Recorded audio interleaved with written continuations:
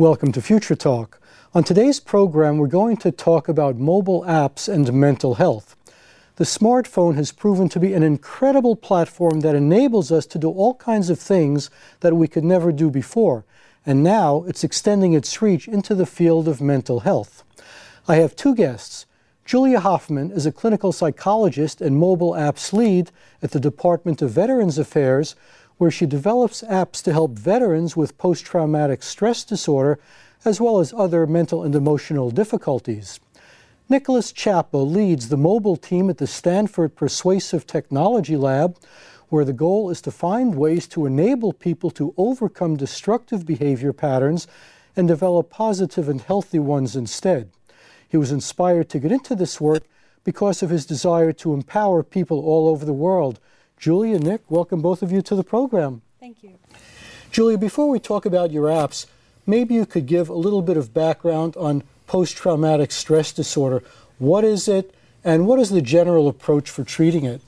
Well, post-traumatic stress disorder, which is also called PTSD for short, is a pretty common disorder among individuals across the globe, Americans in general, and specifically America's veterans. And those are the folks that I work with. It occurs in about 7% of Americans and from about 10 to 20% of veterans who've been deployed. Basically, it's a normal reaction to a horrible situation of any kind. It can be combat, it can be a natural disaster, a traumatic experience like rape or assault, and it has a couple of key features where the person re-experiences that event. They think about it again and again in the form of nightmares or even while they're awake. They avoid thinking about it or talking about it as much as possible. They maybe feel numbed out. And then they also have some arousal symptoms. So they may startle easily, get angry, that kind of stuff. So is it some kind of emotion that they try to repress, but they're not always able to repress it? That's almost exactly it. I would say that the hallmark of PTSD is avoidance.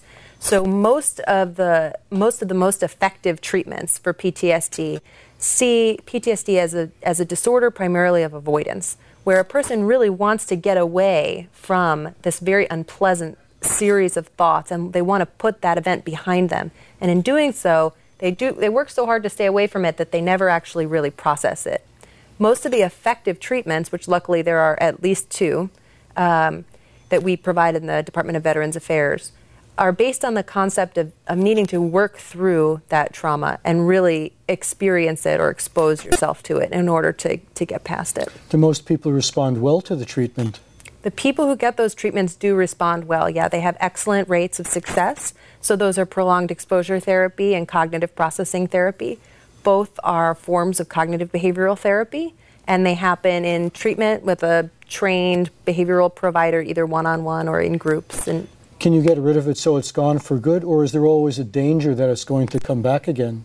No, you can get rid of it so that it's gone for good. I think that there has been some lore in the past that PTSD is a disorder that you're stuck with for life.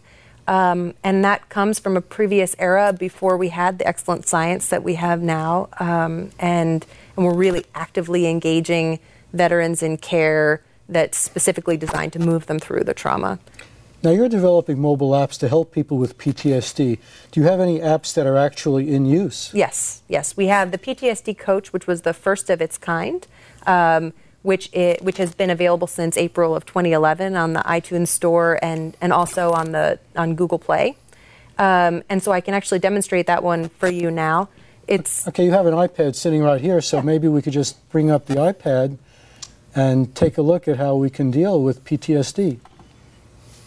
So it's important to note that the PTSD Coach is really for people who are thinking about PTSD care, who think they might have PTSD, who know they have PTSD.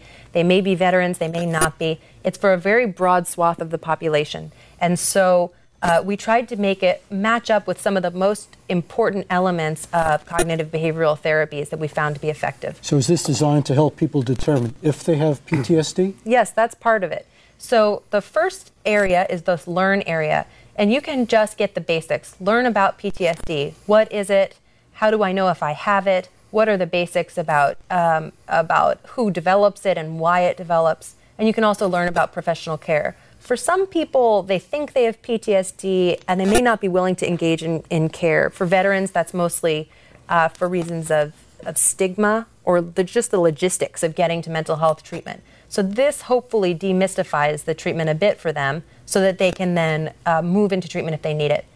The self-assessment button leads the person to take the actual assessment that's used across all VA and DoD mental health systems. So this is some kind of test where you see if you match certain symptoms? That's right.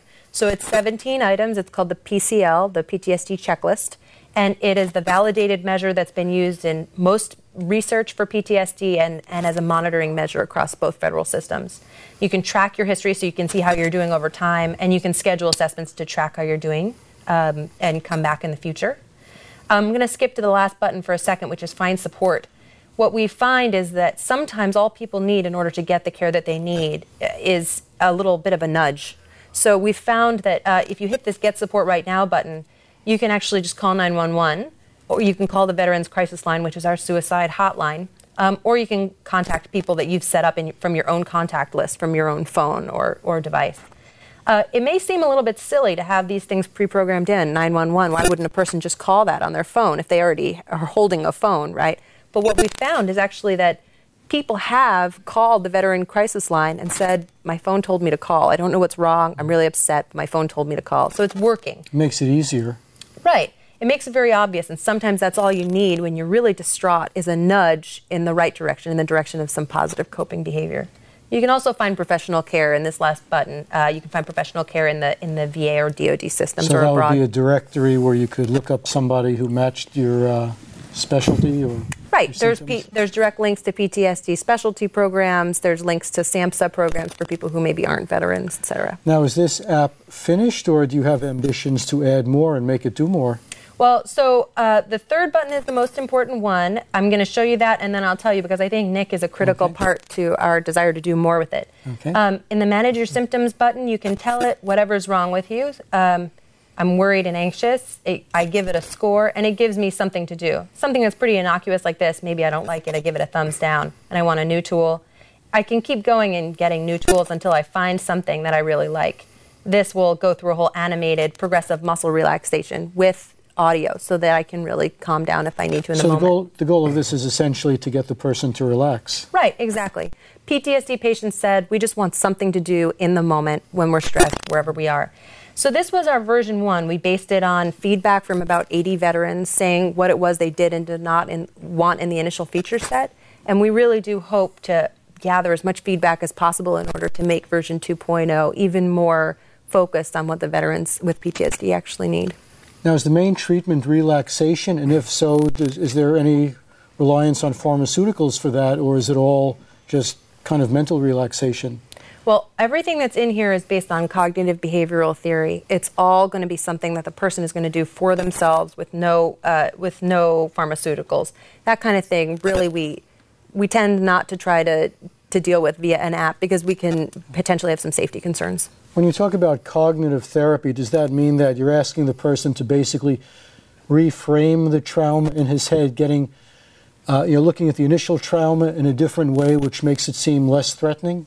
To some extent, that's true. I think the basic principle of cognitive behavioral therapy is that our thoughts are connected to our behaviors, are connected to our emotions. If any of those get out of whack, then we need to realign that triangle mostly by working on thoughts, because it's so hard to just directly change your emotions. Is there anything known about why some people are more susceptible than others? Two people could both have had the identical traumatic experience, but only one of them develops PTSD. Has any work been done to determine what are the factors that predict the likelihood of PTSD? There is a whole field of literature about exactly that question, about the various risk and resilience factors for PTSD. Some of them are genetic risks. There are biomarkers, certainly. There are things that happen in the moment of the trauma or upon returning home that can increase your risk. One really easily accessible example is for Vietnam veterans. What happens when you return home? When they returned home was that they did not get any support from the general public and frequently felt like they were left alone with their problems. Like their sacrifice wasn't worth it, maybe. Right, or that it wasn't recognized or appreciated.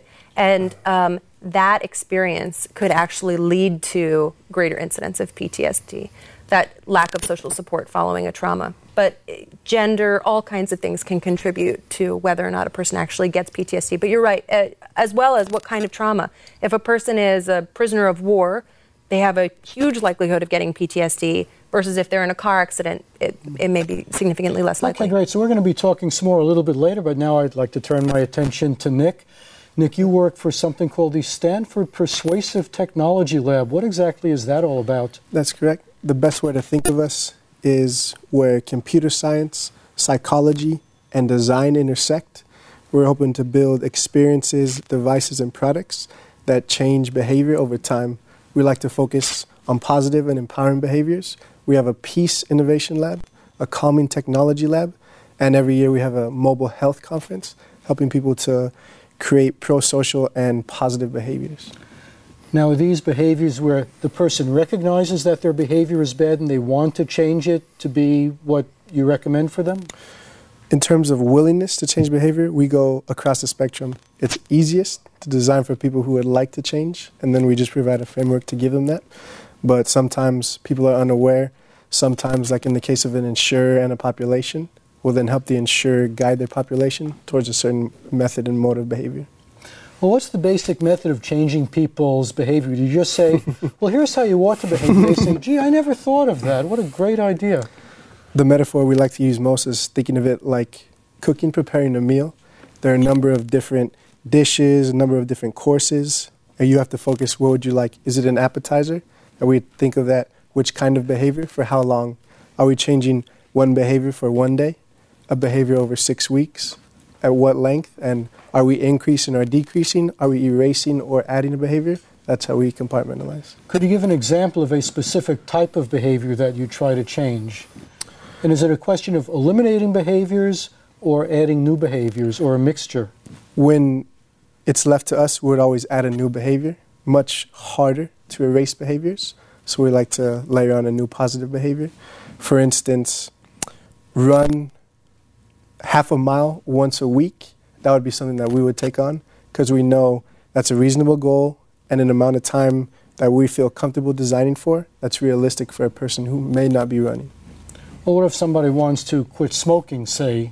Would you have a method of dealing with that? Certainly. Or any kind of addiction? We have worked with a number of departments and firms that have hoped to erase addiction, but again, there would layer on positive behaviors that would divert attention and time away from the addiction.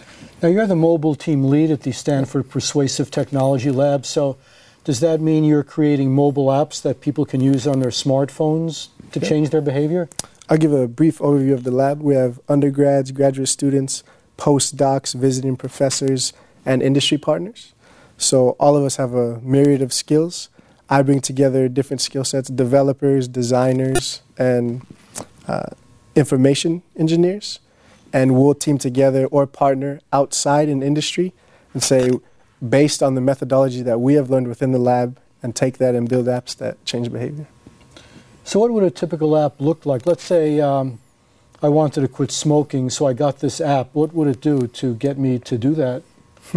I'll give an idea of the apps that have come out of the lab, and that might be a better frame.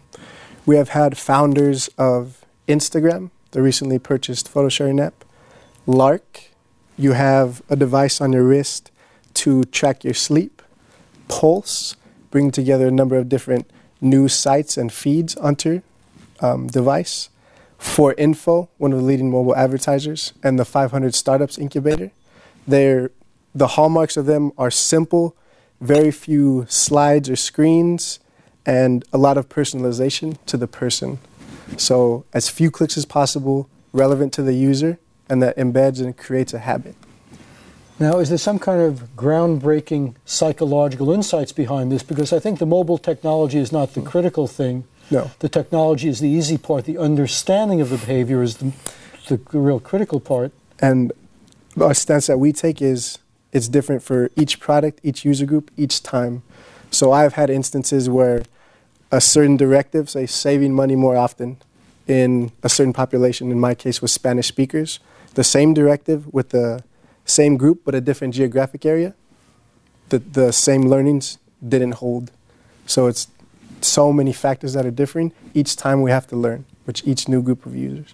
So you're not necessarily talking about psychological disorders. You might be talking about bad habits, unhealthy habits that, Yep. not compulsions, but habits that people could break if they really want to badly enough. And we're just creating the products that create those positive habits that get them and guide them down those new roads. Okay. And so do you have your products out there? Are people actually using them today? Yeah, Instagram, Lark, For Info, Pulse, 500 Startups creates and incubates products. And again, we have founders from those teams. We certainly don't take all the credit. They're very driven, very intelligent individuals, but we like to think we had an impact on their way of thinking and how they create their product. What would you say is the most important product that's come out of your lab so far? Let's come back to that one. Okay. Yeah. Now, do you guys work together? I know that you've had some professional association. Does your work reinforce each other, or do you cooperate in some way? Well, so far we've been looking for ways to collaborate. I think that, I'm obviously firmly rooted in the tenets of cognitive behavioral theory, how to do behavior change with more sort of stuck behaviors and stuck disorders. And certainly Nick and his team have a lot more experience with design, with gamification, and all of the things that make these apps sticky and really become a part of a person's life. And so we've really been hoping to find ways to meld those two, because we have, if nothing else, hundreds of thousands of veterans to serve in this country. So they are absolutely a group that's worthy of using all the incredible knowledge that's been found at Stanford. And how we think of that is we're certainly not specialists in cognitive behavioral therapy, but the behaviors that comprise that, we would take them apart. Is it telling the story and having that recounted to you? Is it seeing different images or colors? We would then design for those things that she has told us are important, and then see, are users doing this as often for as many times as we would like? If not, tweak the design, send it out again.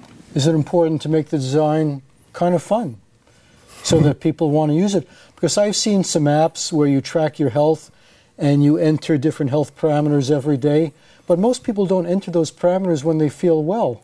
Yep. And then when they feel poorly, they don't have the history. So how do you get people to keep doing it? The goal there to make it as easy as possible. If the user does not have to input it and we're still able to gather the data, that's certainly our choice. Or to do it in a secondary way. For instance, encouraging them to walk and then tracking the steps taken in the route versus asking them draw it in and let us know. So this would be sort of a health app, like a person wants to stay physically fit. But unless they have somebody nagging them, they're not going to go out and do anything. So you have to have this app saying, why don't you run today? Luckily, the apps have nagging functions now. We build those into all of our apps for sure. And there are a number of ways that we can think of that. For instance, we talk about a behavior chain. Is it waking up Sunday morning that gets you to run because it's sunny? Is it putting your bag near your bed? Is it wearing your running socks? Is it watching a certain piece of video content before?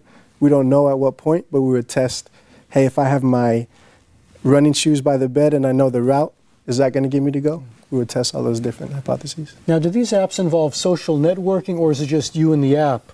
Because I know of some apps where there's actually other people at the other end. Like if you don't run, your friends will see it and they'll get after you to run. That's certainly one of the components we utilize. Not always, but we'll see, is it worthwhile in this case? Is it something that the people want? And then we would layer that on from there. It's certainly really powerful. There's nothing that I can do as a psychologist that's going to be as powerful as something that a veteran can say to another veteran in order to help inspire them to make whatever movement they need to get better. Now, do these apps replace one-on-one contact with a therapist? That's an absolute no. Or is it just like, this is the best we can do? We can't get people to come in for therapy, but we can give them the app. Yeah, I would never, ever suggest that the apps can replace therapy, not only because I would be putting myself out of a job, but because I don't think that it's good science. I don't think that it's good treatment. I think that maybe that's coming in the future, that we can have devices and applications that are smart enough to provide some of the functions of a thinking and insightful therapist working in a real human connection with a patient. In this case, we know that only 40% of veterans who are returning from Iraq and Afghanistan are getting the treatment that they need. And the literature says that the reasons they're not getting those treatments are because of stigma and logistics for getting to care. So your second option was a little bit closer. This is something in place of nothing, and we really hope that it's not the last step. It's the first step into the needed care. Is psychology a very active field right now? Are there new discoveries? Like in computers and electronics, every day we hear of new breakthroughs. Are there any significant new breakthroughs in your field, things that we can expect where last year we didn't understand this problem at all, but this year we understand it much better? Well, I think brain science, imaging is always exploding with new kinds of information, and it's not my domain of expertise. But the better the imaging gets, the more we understand about how the brain actually works on a physical level, and that's always really exciting. Okay.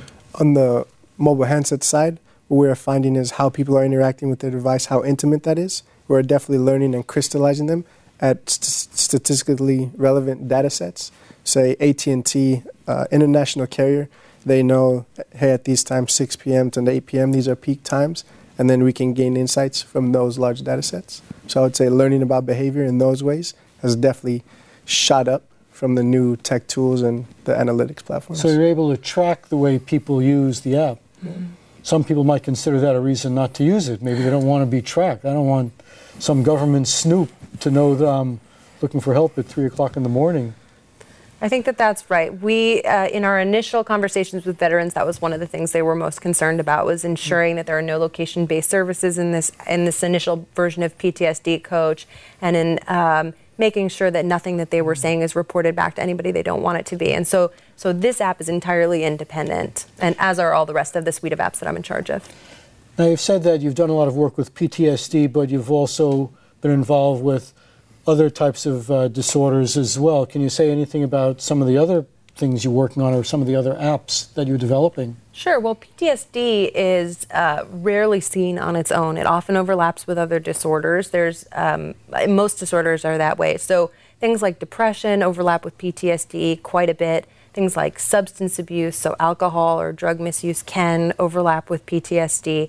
And certainly smoking actually ends up overlapping with PTSD quite a bit. So we have a smoking application which will be coming out soon called the Stay Quit Coach, which is based on an evidence-based psychotherapy for smoking cessation and PTSD care. We have something called Mood Coach coming out, which is for scheduling pleasant activities for people who may be on the more depressed end of the spectrum. And then a whole bunch of apps that are to support people who are actually engaged in face-to-face care with a therapist. So instead of bringing a workbook or a tape recorder or all of the other tools that they need in order to accomplish the goals of the therapy, they can just use their app, which makes it a lot easier and a lot more likely that they'll actually follow through.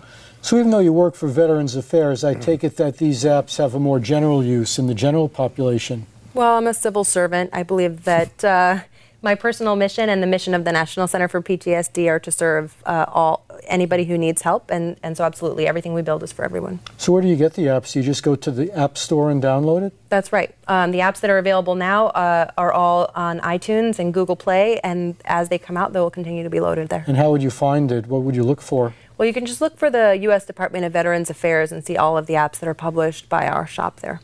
Okay, Nick, what about your apps? Are they in the App Store? Some of them are not just apps. Some of them are other types of mobile devices. Yeah, products of devices interacting, experiences, a number of things along those lines, and then a lot of projects that at this point we're unable to discuss. Mm-hmm. But due to we worked with the NATO psychological ops teams, the Naval Postgraduate School, a number of Fortune 5 consultancies, handset makers, and carriers, and we layer on our methodology within their current and new products, and then we see those come to fruition, and many do quite well, and we often have to be tight-lipped, which is sometimes frustrating. But so what got you into this work in the first place? What made you interested in this? I think it was just making a difference in my own environment, in the world at large. Was a salesman before, then thought, who is scaling persuasion? Found the Persuasive Tech Lab, and then I looked and thought, where is a field that is new, where I can sink my teeth into, that is international, and I found mobile, and mobile devices to be that spot, so took it and ran for it. Well, here's a more general question that either of you could answer. Given all these tools for dealing with mental health, do you think that the general mental health of our society is getting better or worse? Ooh, that's a tough one. I think that mental health has always been kind of a moving target. I don't know necessarily what it means to be mentally healthy or unhealthy. And I think that, we're all just doing our best to get through one day to another in a way that feels validating and rewarding to us. I would say that one big positive of this proliferation of devices has been more ways to measure. There are a number of firms that say, based on this type of interaction with your browser, with your laptop, or with your tablet, these may be markers for depression or certain other mental disorders. I think that's very positive. Okay. Do you think most people could work through their own mental problems if they have the basic tools? There are plenty of people for whom I believe that that's true. I think absolutely. This is old wine in new bottles to some extent. We've always had self-help books, and to some extent this is just a new living self-help book that's more personalized and highly interactive, but it's not an entirely new concept. So what's next for you now? Do you have ambitions beyond what you're doing right now, and do you have a long-term concept of where this is going? For behavior change in general, for myself? What can we expect to see in the next few years? Right now, we're still scraping rocks together to make fire in terms of capabilities for mobile devices. Very, very quickly, you'll see things that would seem mind-blowing, like unexplainable, that would just be every day. I mean, even this year, Samsung coming out with the ability to send data across the room or across a theater between two devices, touch a device, beaming. You can drop blood on a device and diagnose a disease, and that's all available now. The things that will be coming very shortly, very, very scary. Looks like we have some pretty good progress coming down the line. And we are going to have to wrap on that note because we are out of time. So I'd like to thank my two guests, Julia Hoffman of the Department of Veterans Affairs, Nicholas Chapa of the Stanford Persuasive Technology Lab. Thanks to both of you for being on the show. Thank you for watching. Visit our website, www.futuretalk.net. For Future Talk, I'm Marty Wasserman, and we'll see you next time.